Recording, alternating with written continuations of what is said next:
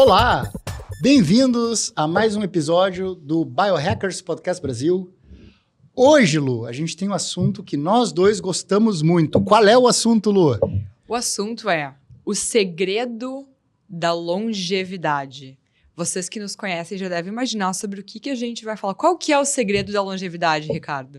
A gente desconfia que tem a ver com metabolismo. Olha só. E aí, metabolismo tem tudo a ver com que hormônio?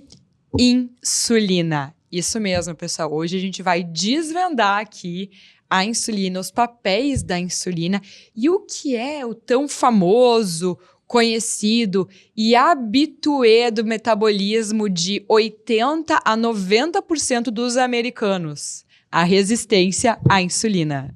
Um problema muito grave, epidêmico, que está limitando a longevidade da nossa população e que tem tudo a ver com estilo de vida, com maus hábitos. Mas primeiro, eu queria que a Lu definisse o que é essa tal de resistência insulínica para a gente saber por que isso dá chabu depois.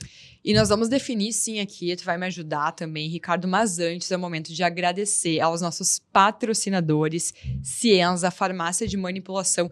Inclusive, a gente já tem muito estudado alguns suplementos que auxiliam, sim, na resistência à insulina, ou melhor, auxiliam contra ela, né? A gente melhorar a qualidade da nossa insulina. E Biome Hub. É interessante também a gente falar, porque a Biome, ela tem os testes, né, nutrigenéticos, que é bem interessante. Inclusive, eu fiz o meu teste nutrigenético e ela me deu várias análises em relação à resistência à insulina e ao metabolismo.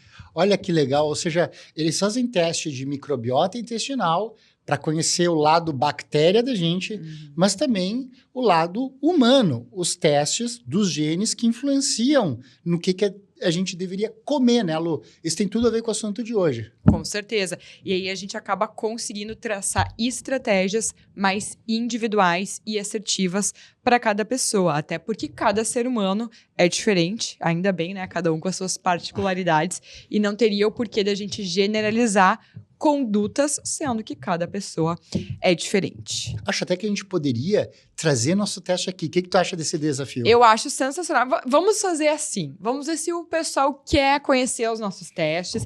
Então, pessoal, se vocês tiverem interesse em desvendar os nossos testes nutrigenéticos junto conosco, deixem nos comentários. Sim, não, o que vocês gostariam de saber sobre isso. E a gente tem que mostrar, porque senão eu posso enganar minha colega Lu, posso dizer que o meu teste deu que eu tenho que comer preferencialmente bolo de chocolate, brigadeiro, quindim, e não é nada disso. Infelizmente, não vieram essas mutações, Lu, e eu vou te mostrar e tu vai me ajudar e depois eu vou te ajudar nas tuas, tá? Perfeito. Vamos lá, então. Vamos começar definindo, afinal, o que é a tal da resistência à insulina. Sabe o que eu acho interessante, Ricardo? Porque pensando durante a nossa formação em medicina, quando a gente foi aprender o que era resistência à insulina, eu aprendi nas aulas de endocrinologia, principalmente na matéria relacionada, na aula relacionada a diabetes. E por muito tempo a gente pensava que a resistência à insulina só tinha relação com diabetes, né? A gente sabe que diabetes é a doença protótipo, é a condição protótipo da resistência à insulina. Mas hoje a gente sabe que a resistência à insulina é o pontapé inicial, é aquele empurrãozinho para todas aquelas doenças que acabam atrapalhando a nossa longevidade. Olha, isso que tu falou é muito interessante. A gente tem uma formação ainda da medicina da doença. Então, eu também, assim como tu, eu aprendi na bioquímica que resistência insulínica era lá no hospital aquele paciente que não tinha mais sensibilidade no pé, que se deixasse ali a comadre, que é como a gente chama no sul, onde se faz xixi, enchia de formiga. Assim como tem colega que acha que Alzheimer é aquela doença do pai que esquece o nome do filho, mas são momentos terminais e a gente tem que ver esses estágios anteriores. Exatamente isso. Então, assim, interessante que tu trouxe o Alzheimer. A gente sabe já que o Alzheimer é, sim, uma condição metabólica, doenças cardiovasculares, cânceres, o próprio diabetes, as doenças metabólicas. Então, tirando aquelas doenças infecto-contagiosas, todo o restante de doença que vai acabar diminuindo o nosso tempo de vida estão relacionados com a resistência à insulina. Então, aqui hoje a gente vai falar exatamente o que é, tá, pessoal? E como é que a gente desenvolve essa resistência à insulina e depois como é que a gente faz para reverter essa situação, ou melhor, né? O melhor ainda seria não chegar a essa situação. Mas bem como o Ricardo falou, então o que é a resistência à insulina? Eu costumo pensar assim, Ricardo, quando a gente está resistente a alguma coisa, a gente não quer mais ouvir falar daquela coisa. A gente não quer mais saber o que aquilo está falando. Não quer mais saber o que aquilo está comunicando. E quando o nosso corpo, o nosso metabolismo está resistente à insulina, ele não age mais aos comandos dela. Não importa se ela está dando aquele comando ou não, ele não escuta mais ela. Então, aquele comando da insulina de levar a glicose lá para dentro da célula, principalmente para dentro do nosso motor, que é a nossa mitocôndria, ele não vai mais ser respondido pelos nossos outros tecidos. Então, que são pelos nossos músculos, né? Pelo nosso coração, pelos nossos rins, todos os nossos órgãos são ricos em mitocôndrias, que são os nossos motores. Mas o que tem a ver, né, essa glicose entrar lá dentro da mitocôndria? Então, se a gente for pensar, pessoal, a glicose, o açúcar, o carboidrato, que depois ele é digerido em açúcar no nosso metabolismo, ele nada mais é do que uma fonte de energia. Então, nós temos no nosso corpo, né, nós temos no nosso metabolismo diferentes fontes de energia. A gordura, que é uma fonte de energia, mas também uma fonte de produção de hormônios. O carboidrato, a glicose, que é somente uma fonte de energia. E a proteína, num estágio de muita necessidade, ela pode virar energia também. Mas não é o que a gente quer, porque a proteína é tão nobre, né? Ela constrói nossos músculos, nosso cabelo, nossa pele. Então, a gente vai tentar não consumir ela como fonte de energia. Então, o que acontece? Sempre que a gente se alimenta, que a gente vai trazer uma energia de fora, essa energia ela tem que ser convertida em combustível no nosso motor. Não adianta nada a gente ter um combustível lá no posto de gasolina e o motor do nosso carro vazio. O carro não vai andar. Então, o nosso motor é a nossa mitocôndria. Quando a gente comeu aquele carboidrato, que é uma fonte de energia pura, e ele foi digerido em açúcar, em glicose, os níveis de glicose, de açúcar, eles aumentam lá no nosso sangue. Certo? Isso é sensacional. E uma coisa já para introduzir um conceito para as pessoas começarem a fechar o mundo em que a gente vive e os fármacos que estão sendo desenvolvidos e estão na moda, se a gente comer uma mesma carga de glicose que a gente injetar na veia, a gente vai produzir muito mais insulina com a glicose que a gente comeu. Olha que interessante. E isso é sensacional, porque tem aí um grupo de hormônios chamados de incretinas, que são os responsáveis pela grande liberação de insulina. Que, inclusive, estão muito famosos e realmente merecem, né, essa fama, devido a toda essa nova gama de medicamentos que a gente tem, que realmente são muito promissores no combate à pandemia à obesidade. Mas então, voltando lá, né, os nossos níveis de glicose começaram a subir no sangue, e eu costumo dizer assim, que essa glicose, esse açúcar no sangue, ele serve para fazer o que o açúcar faz, caramelizar. Então, ele fica lá caramelizando o nosso sangue, tornando aquele nosso sangue mais viscoso. E picos de açúcar é tóxico para o nosso corpo, para o nosso sangue. E o nosso metabolismo sabe muito bem disso. Então, sempre que a gente faz esse pico, a gente vai liberar o grande maestro do metabolismo, que é a nossa insulina, para ela sinalizar para as nossas células. Olha aqui, ó, pessoal, nós temos glicose aí para entrar dentro do motorzinho, para entrar dentro da mitocôndria e transformar essa glicose em energia. Então, até aí, nos parece tudo muito fisiológico, certo? Certo, e a capacidade de produzir insulina é tão grande que por mais que a gente coma muito açúcar, muito carboidrato, se a gente é saudável, a gente não fica com açúcar no sangue muito alto. Perfeito. Graças à grande produção de insulina.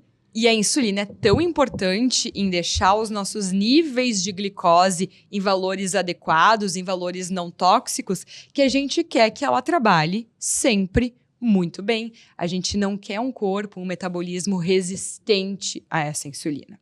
Só que aí, pessoal, o que começa a acontecer, e não é raro hoje em dia, a gente recrutar muito a nossa insulina. Né? É o tempo todo, então a gente já acorda, já chama essa insulina pro jogo, comendo um bolinho, um biscoitinho, ou até um suco de laranja, né? Depois a gente vai fazer aquele lanchinho no meio da manhã, com aquele biscoitinho lá, o clube social que tem ali na mesa do trabalho, que a gente nem percebeu, quando percebeu, olha, ó, comeu, né? Aí o almoço vai ser naquele restaurante próximo, que só tinha também ali a massa, né? Um arroz, né? Então, a gente tem produtos muito industrializados e açucarados que são de muito fácil acesso. E aí, o que começa a acontecer? A gente começa a fazer picos de glicose, de açúcar, o tempo todo. E chamando a nossa trabalhadora insulina o tempo todo. Tem pessoas que ela trabalha, ela faz hora extra. Não tem direitos trabalhistas no pâncreas, né? Trabalhista, exatamente. E o que começa a acontecer, Ricardo? Eu não sei, mas eu, quando trabalho muito, por mais que eu trabalhe com aquilo que eu amo, se eu trabalho demais, eu começo a ficar muito cansada. Eu não sei se tu tem esse sentimento também, se tu trabalha muito. Eu sou coach lenta, isso quer dizer que eu trabalho até a exaustão e aí eu desligo. E daí tu desliga, exatamente. E assim, a insulina, pessoal, ela é que nem a gente, tá? Se a gente tá trabalhando demais, a gente cansa. E a insulina começa a ficar cansada também. E aí, ela começa a chamar o quê? O que é que a gente faz quando a gente cansa de trabalhar? A gente chama ajuda dos colegas. Então, a gente começa a chamar cada vez mais colegas, cada vez mais Luísas para trabalhar. E a insulina faz a mesma coisa, ela começa a chamar cada vez mais insulina para diminuir aquela mesma quantidade de açúcar. Ou seja, a gente precisa de mais insulina para fazer o mesmo trabalho. E eu acho que essa é a chave do problema, porque a insulina tem inúmeros mecanismos de ação. Ela faz muita coisa, mas a capacidade dela em baixar o açúcar é limitada. Então, ela chama muita insulina, chama muita amiga, chama muita aliada, mas a glicose não cai tudo que ela gostaria, porque ela já está operando ao máximo em relação ao transporte de açúcar. No entanto, aquilo que é pouco para tanto açúcar é demais para as outras funções. Exatamente, eu até ia falar assim, pessoal, guardem numa caixinha, porque daqui a pouco a gente vai falar sobre as outras funções da insulina, só que essas funções, elas não precisam de férias. Elas não precisam de descanso. A insulina não fica cansada dessas outras funções. É um problema, né? A resistência insulínica, ela não é homogênea. Não. Ela não é igual em todo o corpo. Então, a gente vai ter ela funcionando a menos para o que precisava. E a mais para aquilo que não precisava também. É a chave. Exatamente. É como se a gente tivesse pouca e muito ao mesmo tempo. E esse é o grande paradoxo, que a gente vai trazer aqui vários paradoxos muito interessantes. Então, pessoal, o que começa a acontecer, tá? Só pra gente retomar. Muitos picos de glicose, muitos picos de insulina, insulina cansada, chamou as colegas, a gente começa a ver níveis de insulina cada vez mais altos. Mas até aí eu preciso falar pra vocês que os níveis de glicose no sangue vão estar normais. Às vezes até um pouquinho mais diminuído, né? Às custas de uma insulina que está elevada. Só que vai chegar um momento que as colegas vão cansar também. Porque aquela pessoa continua causando picos o tempo todo. E quando todo mundo cansa, a gente entra nesse estado chamado resistência à insulina, que daí não tem jeito mesmo. Daí os nossos receptores de glicose nas nossas células não vão escutar mais nenhuma das nossas insulinas. E olhem que interessante o que vai começar a acontecer. A glicose no sangue vai ficar alta, aí a gente já vai ver essa alteração laboratorial, sim. E a gente não vai mais ter glicose lá na nossa mitocôndria, lá no nosso motor. Ou seja, a gente vai ter uma pessoa com glicose alta e sem energia. Então, a principal fonte de energia, que era essa glicose, não entra mais lá dentro do nosso motor. E isso é muito interessante e é muito danoso para o nosso organismo. E é impressionante, Lu, como isso é uma quebra de paradigma. Quando a gente é médico, faz medicina, a gente aprende dos nossos queridos mestres e professores que a clínica é soberana, que o mais importante é a anamnese, conversar com o paciente, fazer pergunta e o exame físico. Mas até esse estágio que a Lu falou de resistência insulínica, a glicose era normal durante o jejum, e se a gente comesse uma comida muito açucarada, ela também não ficaria muito aumentada depois. Não, a glicose ali que a gente vê nos exames, que a gente vê na ponta do dedo, tá? Ou seja, até a glicose que a gente vai ver no sensor, a gente já consegue ver os picos, claro, né? Mas depois ela se normaliza, porque o que acontece? Normalmente, no exame de sangue, a pessoa tá em jejum, então a gente não vai ver um pico pós-prandial, né? Um pico pós-refeição. Uhum. Então a gente vai acabar... Uma condição silenciosa até então. Exatamente. Silenciosa, Ricardo, mas aí agora, pessoal, eu gostaria que vocês prestassem muito atenção. Ela é silenciosa, sim, na questão do diagnóstico, lá dos exames. Mas essa pessoa, ela já tem sintomas. Uhum. Só que são aqueles sintomas da vida moderna, que a gente considera como normais. Ou melhor, comuns, mas que não são normais. Então, o que uma pessoa que está com a insulina alta, que está começando a ter uma certa resistência à insulina, pode começar a sentir? Cansaço depois das refeições, né? Isso devido às hipoglicemias reativas, que a gente vai explicar aqui também. Vontade de comer doces o tempo todo, porque imaginem assim, tá, pessoal? A gente fez um pico de glicose, liberou muita insulina, essa glicose cai muito rapidamente. Às vezes em valores menores do que antes da refeição. Então, olha que engraçado isso. A gente come para aumentar os nossos níveis de glicose e a gente acaba caindo. Exatamente. Sabe que a gente acaba analisando muitos atletas, a questão de gel de carboidrato e tal, que eles acabam utilizando, só que às vezes o gel de carboidrato faz um pico tão grande que não é uma energia sustentável para uma prova a longo prazo, então às vezes não é nem interessante. Né? E aí a gente pode ter, então, essa queda de energia e essa compulsão por doce, porque um corpo que está acostumado a essa montanha-russa de glicose, ele se vê querendo estar sempre com níveis altos de glicose. Aí a gente chega num ponto que eu acho muito consistente, que se repete muito nos processos de doença, que é o estabelecimento de círculos viciosos. Nesse caso, come mais, principalmente doce, engorda mais, piora a resistência insulínica e assim vai. Perfeito. E aí o que acontece? A pessoa está lá comendo mais, ganhando mais peso, ganhando mais gordura. E agora a gente vai abrir aquela caixinha que estava aqui guardada, tá? Por quê, pessoal? Quando a insulina ela tá alta no nosso corpo, ela bloqueia o uso de gordura como fonte de energia. Lembrem que lá no início a gente falou que a gente tinha duas fontes de combustível, de energia, né? Tanto a gordura quanto o carboidrato, quanto o açúcar. Só que para a gente utilizar a gordura como fonte de energia, a gente precisa de insulina baixa no nosso corpo. Ela é como se fosse um interruptor. Que sinalizaria jejum. Exatamente. Então, se a gente come e a insulina aumenta, a insulina alta está sinalizando bonança, plenitude, fartura. Não é o momento de degradar os estoques de energia a longo prazo, a gente deixa isso para o jejum. Que seriam protetivos, né? Que a gente pensa assim, essa energia toda estocada é protetiva.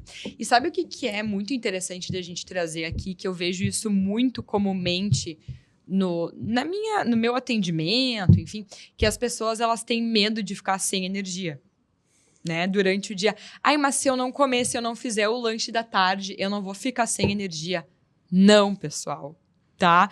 Por quê? Porque a gente tem muito estoque de energia no nosso corpo. A nossa gordura, ela estoca mais energia do que o nosso glicogênio, que é a forma como o açúcar. Pode explicar um pouquinho sobre o glicogênio? Até por uma questão física. A gordura é triacilglicerol. O que é isso? É um glicerol, que tem 3 carbonos, com ácido graxo. Só que o ácido graxo tem carga. O ácido graxo armazenaria água e a gente aumentaria o volume, reduzindo a eficácia do estoque. Quando a gente coloca um glicerol, o que a gente faz é tirar a água da gordura. A gordura é um depósito anidro, sem água. Por isso, não faz sentido nenhum cortar água para perder gordura, porque onde tem gordura não tem água, onde tem água não tem gordura. Então, a gordura consegue estocar muita energia em pouco volume, porque não tem água. Isso é o oposto do glicogênio. O glicogênio, ele é feito de forma ramificada. E isso significa que ele consegue liberar a glicose muito rapidamente, porque a glicose sai molécula a molécula das pontas do glicogênio. Se o glicogênio fosse linear, ele teria só 2 pontinhas. A glicose sairia lentamente e não manteria a glicemia. Então, ao invés dela ser linear, ela tem múltiplos ramos para ter múltiplas pontas para a gente conseguir degradar rapidamente o glicogênio e manter bem o açúcar. Mas isso dura muito tempo, porque como a gente degrada muito rapidamente o glicogênio, ele desaparece. Então, é algo muito transitório, enquanto que a gordura, o que tu falou, Ela muita tá energia ali para usar por muito tempo. Jejum. Exatamente, jejum, uma dieta, né, que a gente não vai trazer tanto carboidrato, porque isso é interessante a gente falar, tá, pessoal? O nosso corpo, ele vai utilizar primeiro, como fonte de energia, aquilo que é mais fácil ser utilizado. O nosso corpo, ele é muito inteligente, ele quer economizar energia, porque energia é algo nobre. Então, ele vai fazer aquilo que é mais fácil. Então, assim, pra gente não esquecer mais, o que o nosso corpo usa primeiro como fonte de energia? Aquilo que é mais fácil da gente comer. O que tem por tudo que é lugar, né? Carboidrato tem por tudo.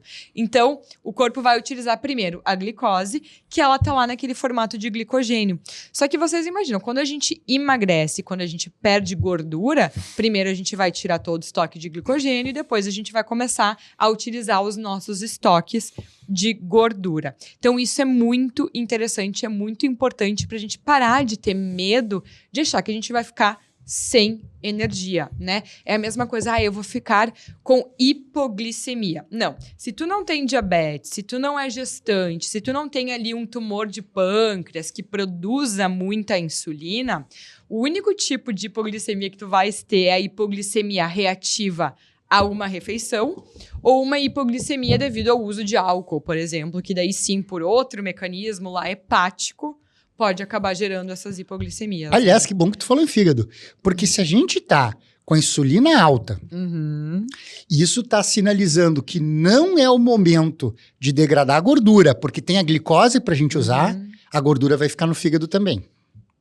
Que vai converter vai ficar no fígado. Exatamente. E aí a gente vai ter a questão da gordura do fígado, Da né? gordura Da no esteatose hepática. Que aparece exatamente. muito no consultório, né, Lu? Você Muito. faz uma ecografia no seu paciente, tem esteatose. É um grande sinal que a gente tem que investigar a resistência insulínica. Perfeito. E aí, pessoal, a gente estava falando, a gente chegou aqui a toda essa história para falar o que era, então, a tal da resistência à insulina. E daí, por que o diabetes, então, é o protótipo da resistência à insulina? Quando é que a gente diagnostica, né, uma pessoa com diabetes? Quando os níveis de glicose dela no sangue em jejum já estão altos, ou quando a hemoglobina glicada, que é a média dos últimos 3 meses daquela glicose, estão, né, em valores elevados também. Mas para essa pessoa chegar nesse ponto, ela teve que passar por toda essa história. E o que acontece, então, com o diabético, né? O diabético, ele tem muita glicose alta no sangue e pouca glicose lá na mitocôndria, certo? Por isso que muitos diabéticos precisam, a glicose alta, ela é muito tóxica para o nosso sangue, dependendo do nível de diabetes que tu está. Tô aqui falando do diabetes tipo 2, tá, pessoal? Algumas pessoas já vão precisar do uso de insulina exógena, e isso é um grande problema. Aliás, isso é muito interessante. Essa questão dos círculos viciosos é sensacional para a gente entender a doença. Porque a gente tinha começado a falar das incretinas, né?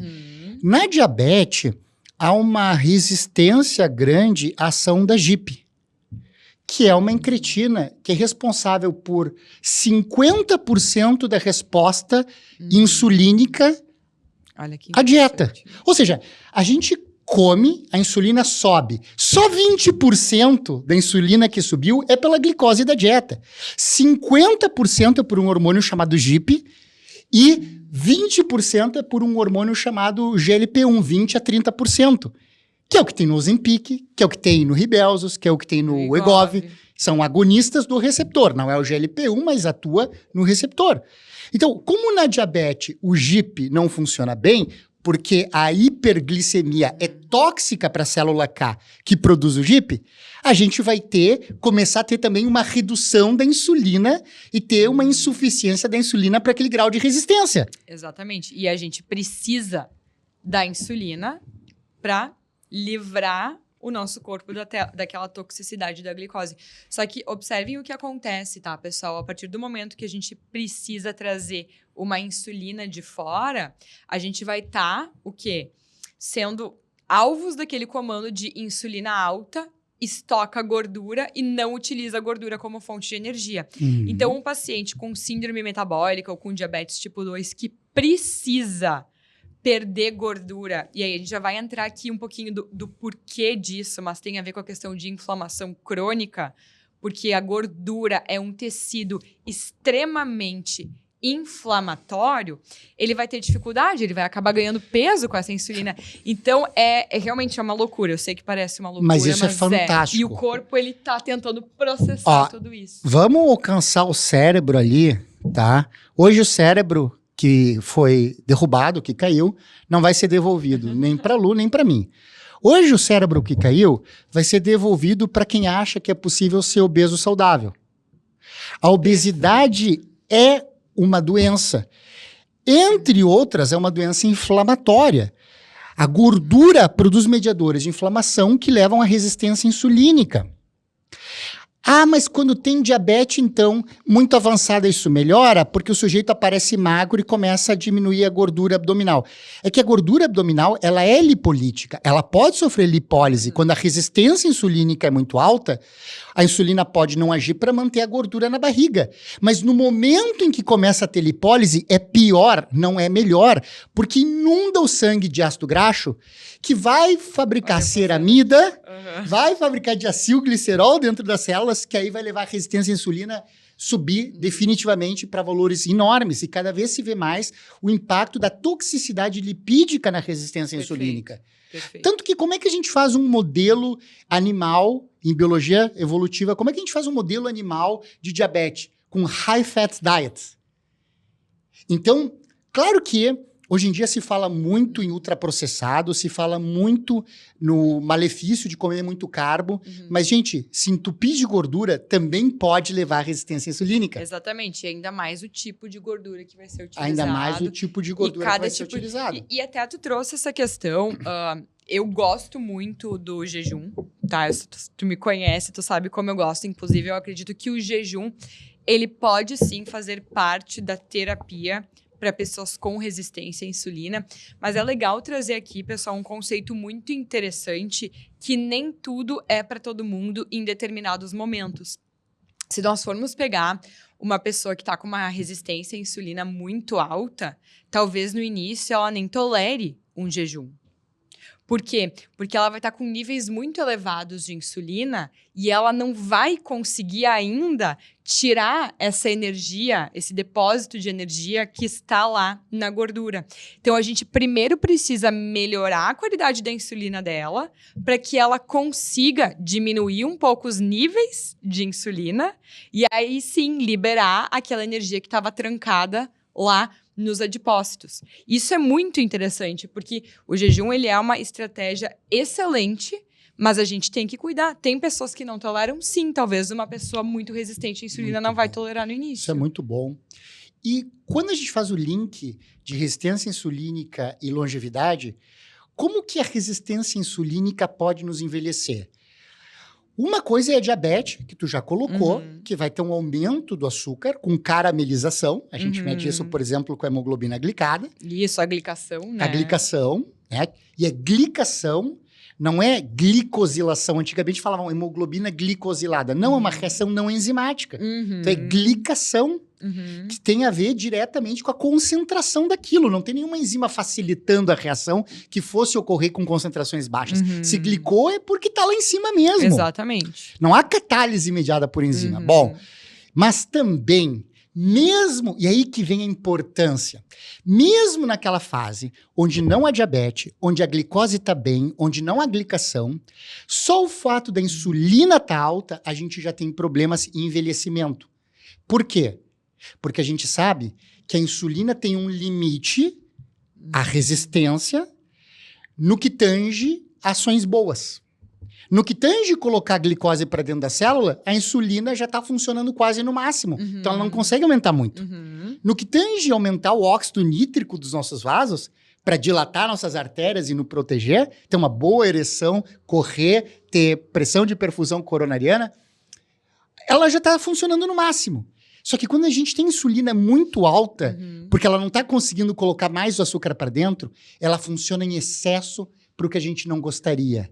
Ela sinaliza abundância, ela sinaliza estado pós-prandial, ela sinaliza fartura, e com isso ela quebra a reciclagem do lixo intracelular, ela quebra a autofagia. A célula pensa, se esse maluco está sinalizando que acabou de comer, por que que eu vou reciclar esse lixo que eu estou armazenando há 30, 40, 50 anos? Perfeito. Isso leva a doenças de acúmulo, como Alzheimer, Parkinson, entre outras. Ótimo. E muito oportuno esse assunto que tu trouxe para explicar como essa doença, como as outras doenças também ocorrem. A própria questão do câncer, né, Ricardo? E aí a gente sabe também que uma abundância de glicose é favorável para uma célula sem tumoral. dúvida, Então, por causa isso da ativação crônica da mTOR, que é fundamental nos cânceres. Então, pessoal, é tudo culpa da resistência à insulina? Eu vou dizer assim, sim, tudo tem ali, se a gente for começar a pensar em longevidade, em metabolismo, vai ser difícil excluir a resistência à insulina de algum desses mecanismos. Eu costumo dizer que ela é como se fosse assim um miolo, tá? Aqui, imaginem um sol, a gente tem aqui um miolo e aqui a gente tem o que a resistência à insulina começa a fazer. Então, ela tem alguns sintomas que prejudicam a qualidade de vida atual, porque é muito ruim, por exemplo, tu fazer uma refeição e sair sem energia depois dessa refeição. É muito ruim tu ter uma compulsão por doces e carboidratos. É muito ruim tu ter picos de ansiedade ao longo do dia, que esses picos de glicose podem te trazer. É muito ruim tu não conseguir perder peso por conta de uma insulina elevada. Mas pior ainda, desenvolver essas doenças que vão diminuir a nossa longevidade.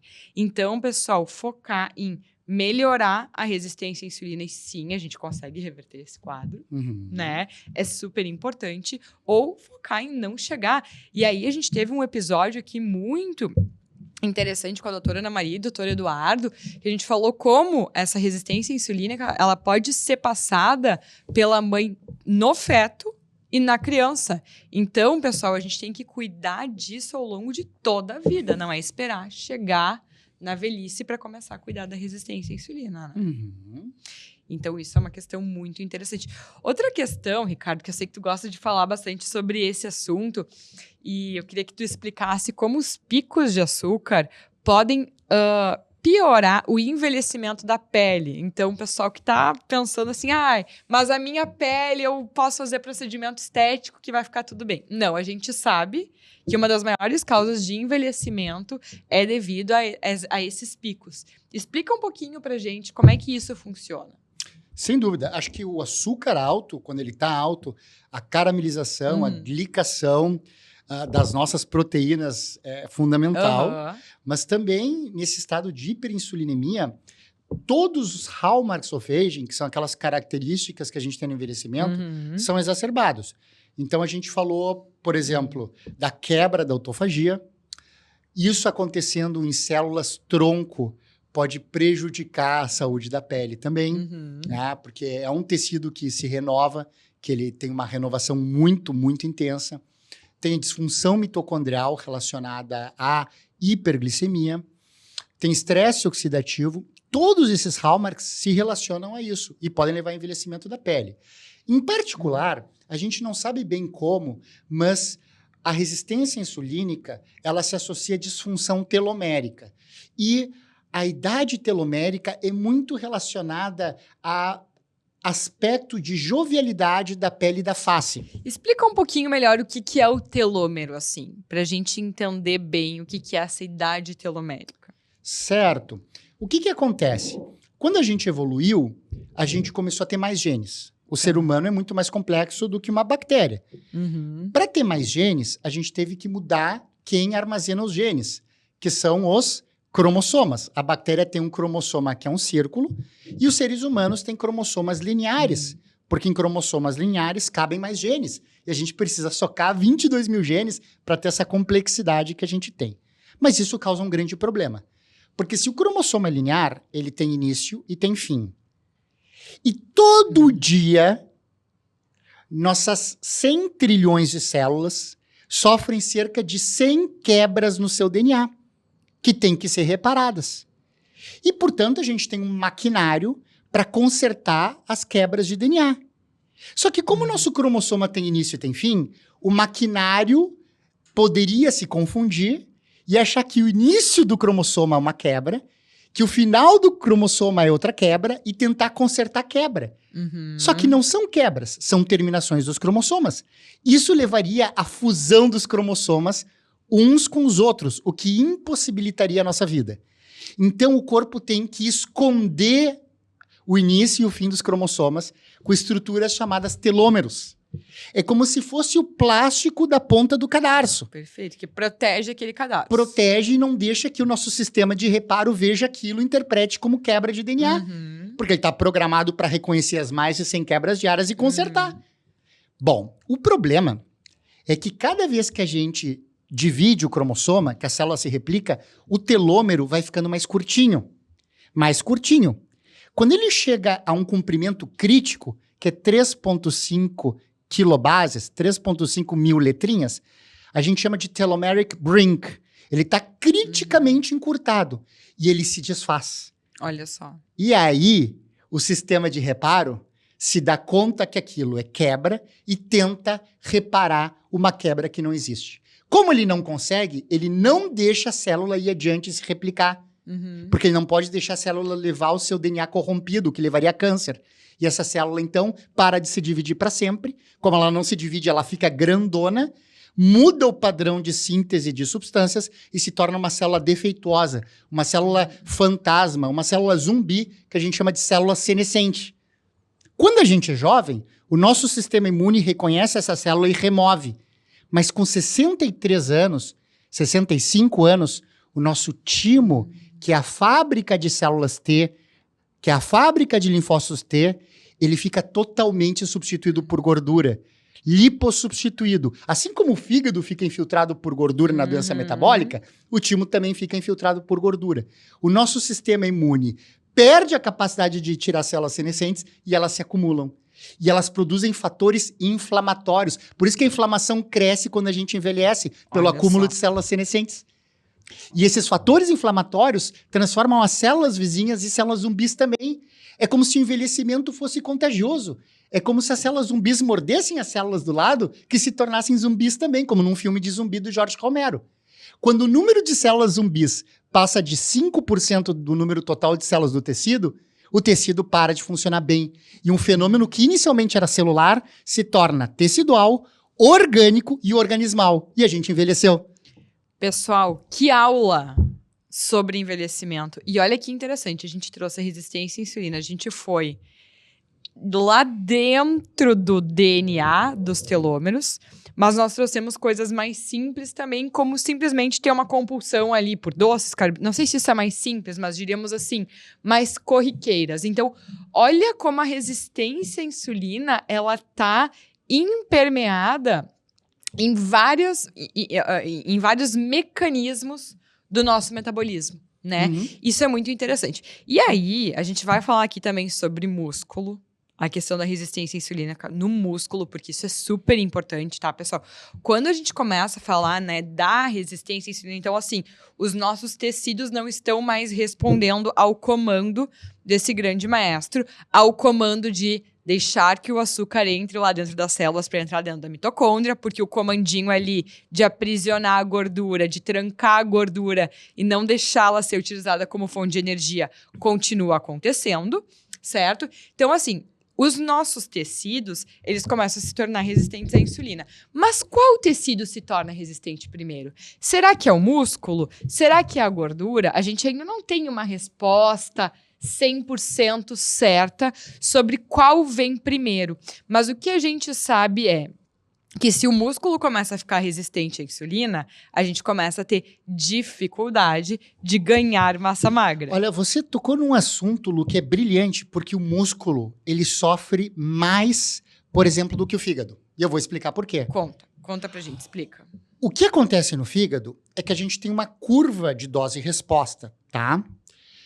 Mas essa curva de dose e resposta à insulina, ela se desloca, porém ela não se achata. O que é isso? O fígado resistente à insulina, ele precisa de mais insulina para funcionar. Mas se a gente dá essa insulina a mais, ele funciona. O músculo, ele desloca a curva de dose e resposta para a direita, mas também achata o platô. Ou seja, o músculo, tu tem que dar muito insulina para ele responder insulina e ele nunca mais vai responder como deveria. Perfeito. E isso é bem interessante, tá, Ricardo? Porque às vezes... Isso é responsividade. Exatamente. E aí quero ouvir também a tua explicação sobre isso, mas porque muitas pessoas se preocupam assim.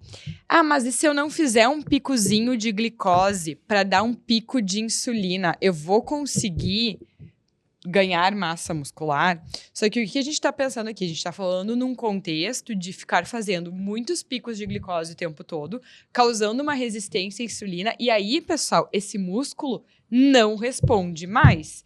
Então, é melhor uma insulina de qualidade, que vai fazer com que a gente consiga construir músculo, do que uma insulina que não está mais trabalhando direito. Explica, Ricardo, atenção agora. Tem medo disso também. Atenção fisiculturista, atenção quem gosta de fazer exercício, quem gosta de músculo, porque a Lu acaba de explicar. Eu não estou dando mansplaining, né? Que ela explicou mesmo que isso é sensacional, porque tem muita gente na academia, atleta amador, que usa o quê de doping? Já usei testosterona, já usei nandrolona, já usei hormônio do crescimento, agora eu vou usar insulina para ficar fortão. Ok. A insulina é extremamente anabólica. No entanto, para ela ser extremamente anabólica, ela tem que funcionar.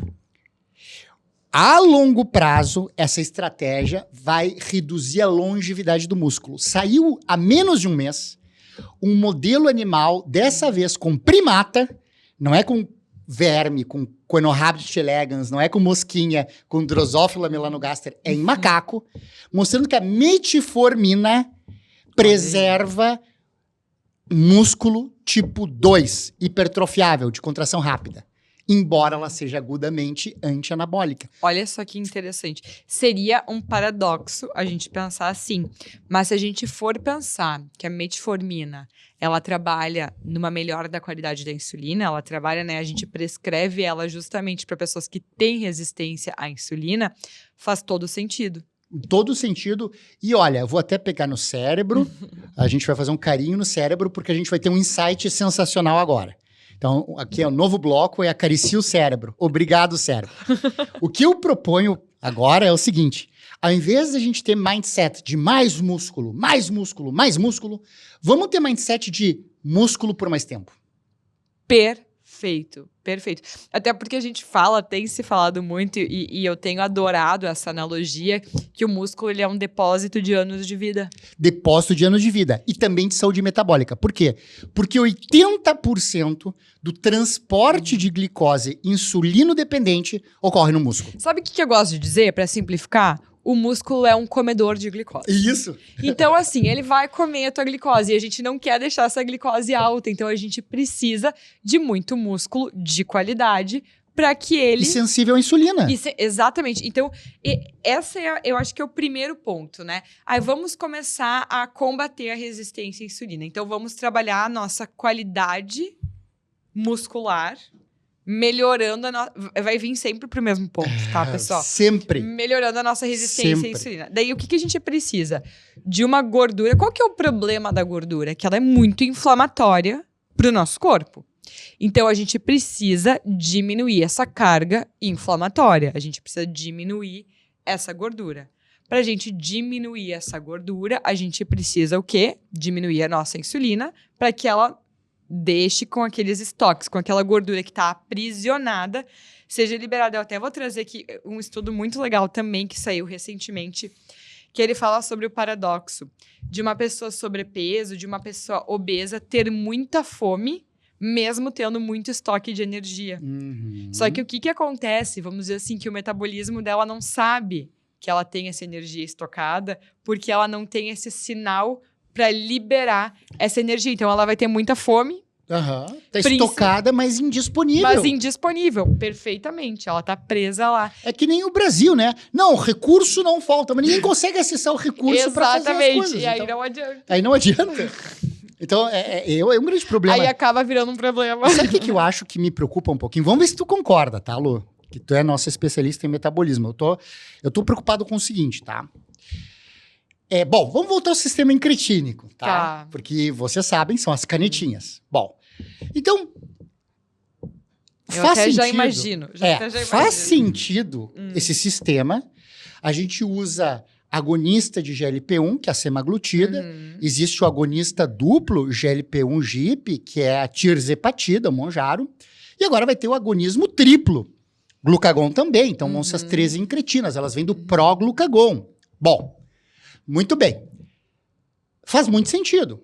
Ou seja, você usa esse sistema incretínico, você tem mais liberação de insulina, você tem um atraso no esvaziamento gástrico, que segura um pouco a absorção de nutrientes, você tem saciedade, você tem ações até geroprotetoras. No entanto, a gente está tendo já alguns dados de uma grande perda de massa muscular. A gente decidiu fazer, inclusive, um podcast só sobre isso, né? Não é um paradoxo? Não é o próximo, mas logo que a gente ganhe, por um lado, em relação à saúde metabólica com esses insumos, mas possa perder parte do benefício ou perder massa muscular? Não é um emagrecimento inteligente, né? Existe o emagrecimento inteligente e existe o emagrecimento que não é inteligente. Porque perder peso, pessoal, é diferente de perder gordura. Perder peso, a gente pode estar perdendo massa muscular também. O que acontece? Só para vocês terem uma noção, a gente até poderia ter aqui para mostrar, mas 1 quilo de massa de gordura é maior do que essa caneta Bic aqui, é mais ou menos isso aqui, tá? E 1 quilo de massa muscular, ele é muito pouquinho, tá? Ele é bem pequeno. E o que a gente começa a perceber, né? Tem estudos que mostram que a perda de peso, principalmente dos duplos e dos triplos, tá? É de 50% de massa muscular.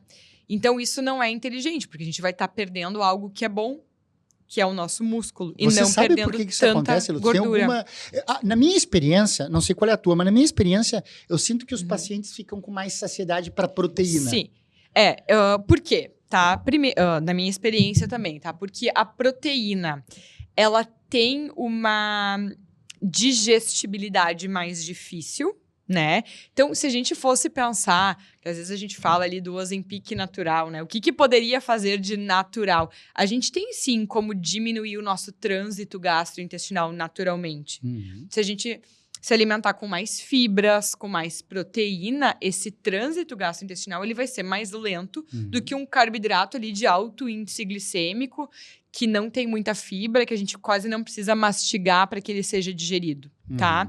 Então, o que acontece? Como esse tipo de medicamento ele já nos deixa bem saciados, a proteína, a fibra, ela tem um consumo mais difícil. O aporte dela acaba sendo mais difícil.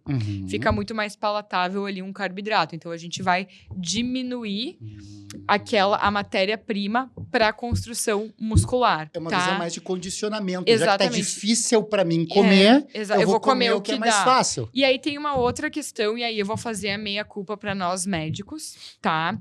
Porque eu só acredito no uso dessas medicações, e sim, eu acredito que elas vieram para mudar a pandemia da obesidade, até porque elas trabalham no mecanismo que está defeituoso na pessoa obesa, e às vezes essa pessoa sozinha não vai conseguir mudar algo chamado de set point metabólico, que já está diferente naquela pessoa. Então, elas realmente precisam dessas medicações, mas se não vier acompanhado de mudança de estilo de vida... Não vai acontecer. Não vai acontecer. Então, às vezes, eu vejo até profissionais só prescrevendo, o que eu já tive de pacientes que, assim, o profissional prescreveu e nem falou que era a caneta, tá? Ou falou e não explicou como é que ia ser a dieta, como é que ia ser a atividade física, se precisava suplementar. Daí, aquele paciente fica completamente perdido, vai comer só o que tem vontade. A vontade dele pode mudar um pouquinho, tá? Essa questão de vontade de comer doces e tal, mas vai continuar. Inclusive, alguns pacientes começam a ter ainda mais vontade de doces, tá? Porque o que acontece? Algumas pessoas têm muito fator emocional no momento que vai se alimentar. Como a gente acaba diminuindo muito as refeições, porque a pessoa fica sem fome, ela acaba sentindo falta de momentos de prazer que ela tinha naquelas refeições. E aí acaba comendo alimentos mais hiperpalatáveis, tipo um docinho, que acaba trazendo esse prazer, liberando a dopamina. Talvez para essa pessoa o contrário fosse melhor. Talvez, sim. E a gente tem Então, outras opções. Isso é importante, a gente tem que saber qual é o tipo de fome e por que o paciente é obeso. Do ponto de vista de biologia evolutiva, como pesquisador de biologia evolutiva, eu vou dizer o que me preocupa um pouquinho. Quando a gente come glicose, aminoácido não se sabe bem como, tem a ver com cálcio, com rotas segundo mensageiro com cálcio, mas glicose, ácido graxo e aminoácidos, a gente produz o GLP-1. Só que o GLP-1 não é igual ao Ozempic, não é igual aos agonistas de receptor GLP-1. O GLP-1, ele é produzido e ele dura muito pouco, porque ele é degradado pela dipeptidilpeptidase 4 e ele também não ultrapassa tão bem a barreira hematoencefálica.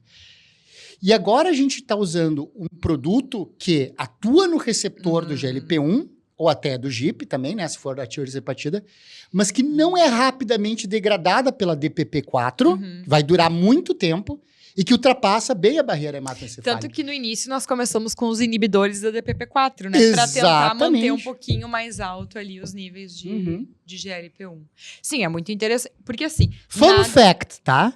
O DPP-4 é o receptor do MERS-CoV, do coronavírus que causou doença no Oriente Médio há um tempo atrás. Que interessante. Sim, os coronavírus adoram o intestino e eles usam todos esses receptores intestinais para evoluírem no intestino dos morcegos do sistema de caverna subterrânea da Indochina. Agora, eu vou ter que fazer uma pergunta aqui, fazendo um adendo.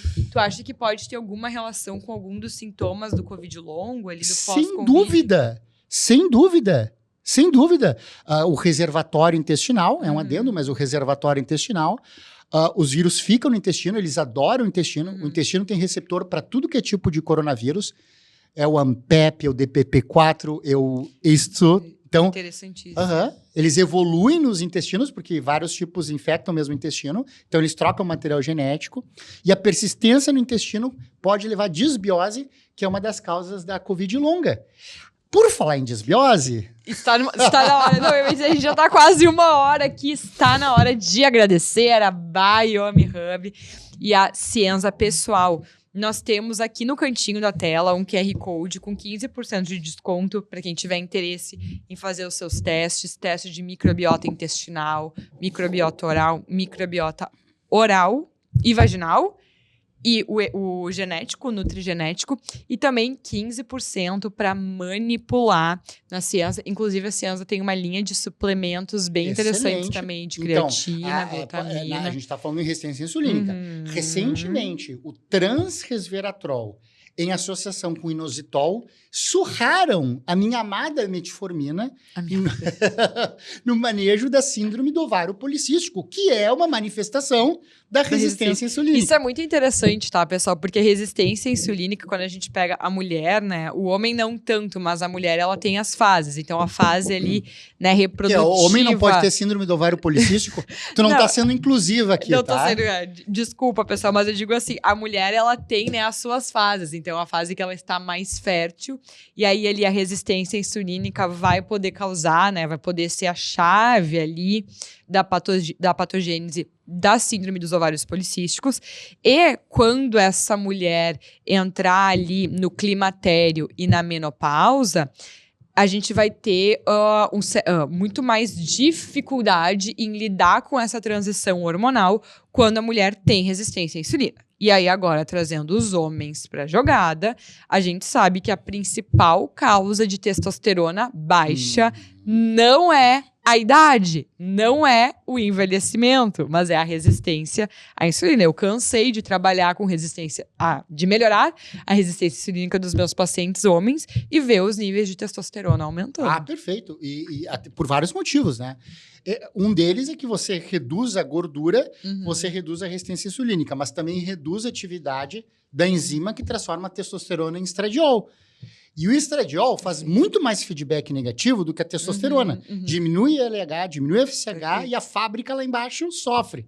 Sem contar que o estradiol lá no testículo é tóxico para o testículo. Por isso que a gente tem que cuidar muito, homens que desejam fazer reposição de testosterona e que têm indicação, se esse homem está metabólica, com a síndrome metabólica, ou com muita resistência insulínica, ou com muito tecido gorduroso, pode ser que seja uma contraindicação de fazer naquele momento, né, a reposição de testosterona, porque essa testosterona pode virar ali estradiol. Imagina a situação, você usa testosterona para ficar mais macho e aparece com tetas no outro dia, né? Exatamente, então tem Acontece, que cuidar, tem que né? cuidar, porque chamado de aromatiza aromatização. Exatamente.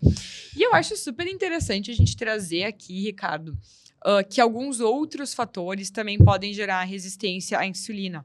E são fatores muito comuns no nosso dia a dia. Então, a gente falou dos próprios picos de glicose, né? Que eu também costumo dizer que é quase um protótipo, né? Porque a gente consegue, eu imagino, eu trabalho todos os meus dias, eu vejo curvas de glicose. Então, eu já imagino uma curva de glicose causando uma curva de insulina. E a questão da inflamação crônica. Então, a inflamação crônica é uma causa de resistência insulínica. E o estresse também é uma das causas de resistência à insulina. E o estresse é algo que a gente convive muito no nosso dia a dia. Então, o que é o estresse? Um próprio sono inadequado, né? O que é um estresse para o nosso corpo? A toxicidade ambiental, ela acaba gerando um estresse e pode sim influenciar na resistência insulínica. O próprio estresse, a reação que a gente tem, né? A nossa reação mesmo de saúde mental que a gente tem aos acontecimentos do dia a dia podem gerar sim a resistência insulínica. Então a gente tem que cuidar, é realmente um cuidado no nosso estilo de vida como um todo para essa questão da resistência insulínica. Eu acredito que tu também tenhas, mas eu tenho pacientes magros, mas muito estressados, que já apresentam resistência insulínica. É verdade. Então, esse é outro fator para a gente ficar bem atento à questão do estresse. Muito bem. E se a gente não tem testes modernos, se a gente não tem nutrigenético, se a gente não tem dosagem de insulina, se a gente não tem nada disso, pegar uma fita métrica e medir a barriga, né? Sim, por quê? Né? Porque ali aquela gordura abdominal, ela é a mais linkada com a resistência insulínica, né? A gordura como um todo, mas a gordura abdominal, ela tem, né, que é a gordura visceral. Nas nossas vísceras, os nossos receptores, os receptores dos adipócitos, eles são mais resistentes à insulina. Então, eles estão mais linkados com essa. Eu pensei numa coisa agora, tá? Corro o risco de ganhar o cérebro, tá?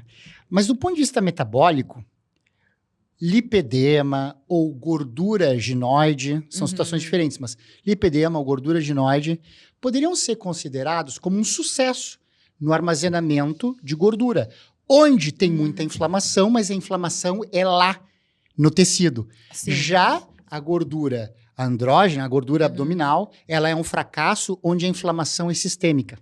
Não, eu acho que tu não ganhou, tá, o troféu. E até isso é muito interessante a gente trazer aqui, porque o que acontece, né? Por que a mulher, depois da menopausa, começa a ter mais dificuldade de perder a gordura abdominal? Justamente porque os hormônios dela... Não quero ganhar o cérebro, mas é para fazer uma analogia. Eles estão um pouco mais parecidos com os hormônios masculinos. O que eu quero dizer com isso, né? Como começa a diminuir ali o estrogênio ele acaba fazendo com que a mulher acumule mais gordura na região do quadril, essa gordura ginoide, que o Ricardo falou, ginoide de gineco, de mulher, pra gente não esquecer. Aí os estrogênios acabam diminuindo e a mulher acaba depositando gordura mais na região do abdômen. E o que acontece? A gente sabe que até a menopausa, as mulheres têm menos risco cardiovascular que os homens. e depois da menopausa esse risco se iguala ou até aumenta. E não é incrível, né, Lu, que tem ainda colega que diz que não vai dar terapia de reposição pelo risco cardiovascular? É um contrassenso, né? É um contrassenso. Eu ouvi. Às vezes baseados em um ou outro estudo que não foram nem muito bem desenhados, né? Ou que tiveram muitos vieses. Mas, Ricardo, e agora, assim... Nossa, a gente já tá aqui, a gente tá há 1 hora já falando disso, mas só falando e explicando, mas eu acho interessante a gente trazer até para o pessoal dizer, tá, e agora? Eu tô resistente à insulina, o que eu posso fazer agora? Qual que são as principais medidas no nosso dia a dia? Medidas básicas, hábitos básicos, aquela coisa simples, mas que já vai melhorar, né? Que já vai trazer uma melhora da qualidade da insulina. O que tu elencaria aqui como uma prioridade? Eu acho que o mais importante é exatamente a área que tu trabalha, que é o estilo de vida. Sem dúvida. Inclusive, tem estudo comparativo com a combinação de metformina e dapagliflozina, mostrando que o estilo de vida é superior. Mesmo as medicações que eu mais gosto. É superior. Então, sem dúvida, aumentar a massa muscular para poder tirar mais o açúcar do sangue e aumentar a sensibilidade à insulina é crucial. Mas, às vezes, o médico diz, tá, então tu vai lá para musculação e aí tu te esforça e tal. Só que o paciente está tão destruído que ele não vai conseguir treinar. Então, otimização hormonal, às vezes, é indicado, se for o caso, dependendo da faixa etária, dependendo dos níveis, para poder justamente vencer a resistência anabólica. O que é resistência anabólica? A resistência anabólica é uma forma de crise da proteostase. Ou seja, quando você tem a insulina cronicamente alta, a insulina sinaliza bonança, sinaliza fartura, tudo que a gente falou. Então, para a autofagia, as proteínas dentro da célula não são recicladas. Se elas não são recicladas, elas se acumulam. O retículo endoplasmático é quem fabrica a proteína. Se ele vê um monte de proteína acumulando, ele vai dizer síntese de mais proteína que não. E a gente não sintetiza a proteína e não tem anabolismo. Olha só. Então, a insulina pode ser um hormônio extremamente anabólico, mas níveis cronicamente altos levam à resistência anabólica. Perfeito, pessoal. Fixem bem isso, porque é muito interessante. Às vezes a gente escuta algumas coisas assim na rede social. Que os médicos estão falando tanto que insulina alta não é legal, mas aí não vai conseguir ganhar massa muscular. Pessoal, não é por aí, tá? A gente precisa de uma insulina de qualidade para ganhar massa muscular. E sim, músculo é imprescindível para melhorar a resistência à insulina. Agora, trazendo aqui algo que a gente pode fazer bem no dia a dia e que eu acho interessante, a gente já está 1 hora aqui sentados e eu já tô assim, olha, precisando levantar e me movimentar. Então, isso é algo super importante, se movimentar ao longo do dia. De 1 em 1 hora, pessoal, é obrigatório levantar e colocar o teu corpo para se movimentar. Não precisa ser muita coisa. Eu não tenho, como é que eu vou me movimentar? Gente, vai no banheiro e faz 1 minuto de polichinelo. Ou seja, aquele mindset de, não, exercício eu faço na academia, não serve, né? Porque não vai compensar um dia inteiro de inatividade, 1 horinha que tu tiver lá dentro. Inclusive, infelizmente, tá? Não é que eu gostaria, mas esse estudo, ele existe, ele provou que se a gente pega uma pessoa que ela vai, por exemplo, todos os dias 1 hora lá na academia e faz um treino pesado, mas depois ela fica sentada ao longo do dia inteiro, praticamente os benefícios daquela atividade física são anulados, tá? E a gente sabe muito bem que um dos segredos da longevidade, se a gente pega esses povos mais longevos, né, não é nem tanto que eles vão para academia, mas que eles estão se movimentando o tempo todo. Então, eles não têm elevador nos prédios, vocês podem pegar, assim, se forem estudar, né, eles fazem tudo. Então, não é aquela... Eles não têm uma rotina de economizar energia. Eles vão lá e pegam o alimento que tá lá plantado, e aí eles vão lá... Não é aquela coisinha de chamar pelo iFood, que não gasta nada de energia, né? Então, gastar energia... Eu, por exemplo, vou te dizer, quando eu atendo online, eu atendo em pé. Boa. Eu não atendo só sentada. Até porque a gente sabe, né, que o mais novo hábito de fumar é estar sentado. Estar sentado, né? Então, essa é uma dica mesmo, tá? Se manter em movimento ao longo do dia. E eu acredito que cortando industrializados, quando eu falo é cortar mesmo que a gente não precisa. tá, pessoal? Cortando os industrializados. Não é que assim, se eu comer industrializado, eu vou ficar resistente à insulina, mas pensando de um modo prático.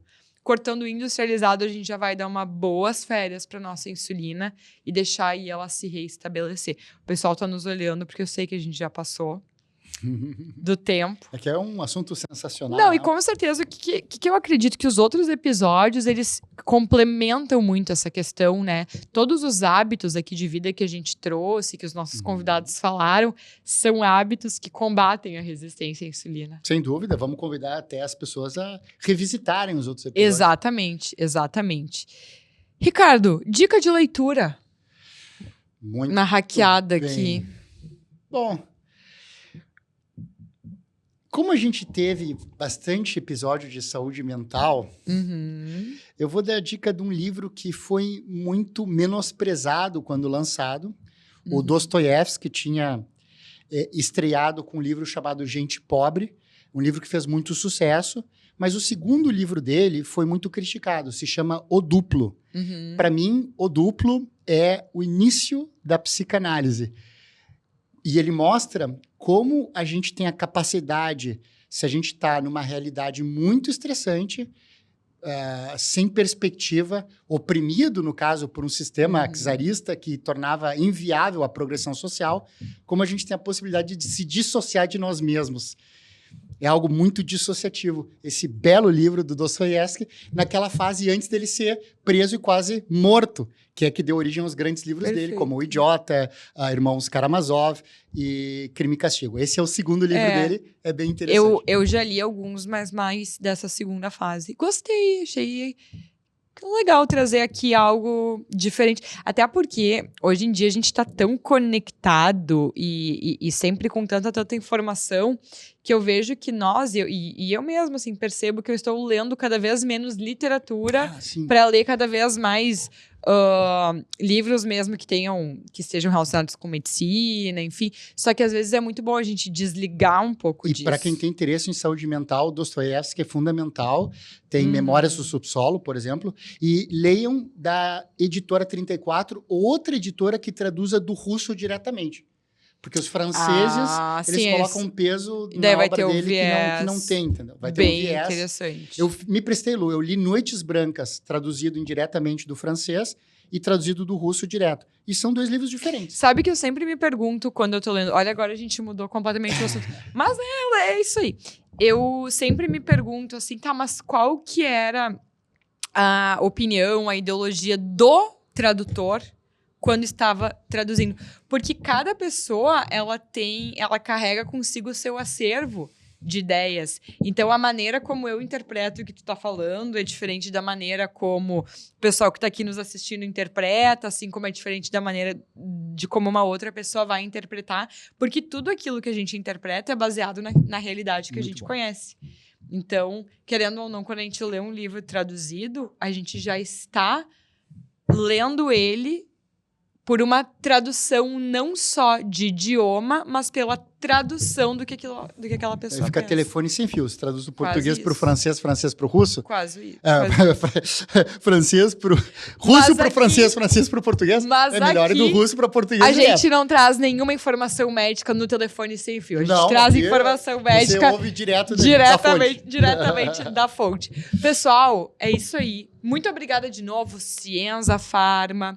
Vamos falar assim rapidinho, então, um suplemento. Já falou, né? Um suplemento que tu acha interessante. Berberina, transresveratrol, inositol. Berberina eu gosto bastante também. Tá. Quercetina, fitossome, se tem esteatose hepática. Muito interessante. Biogênese mitocondrial. E os testes da Biome Hub ali, enfim, o teste nutrigenético é muito interessante. Muito interessante. Muito interessante mesmo. Pessoal, muito obrigada por estarem conosco. Foi um prazer falar sobre esse assunto aqui com o meu colega, que eu admiro muito.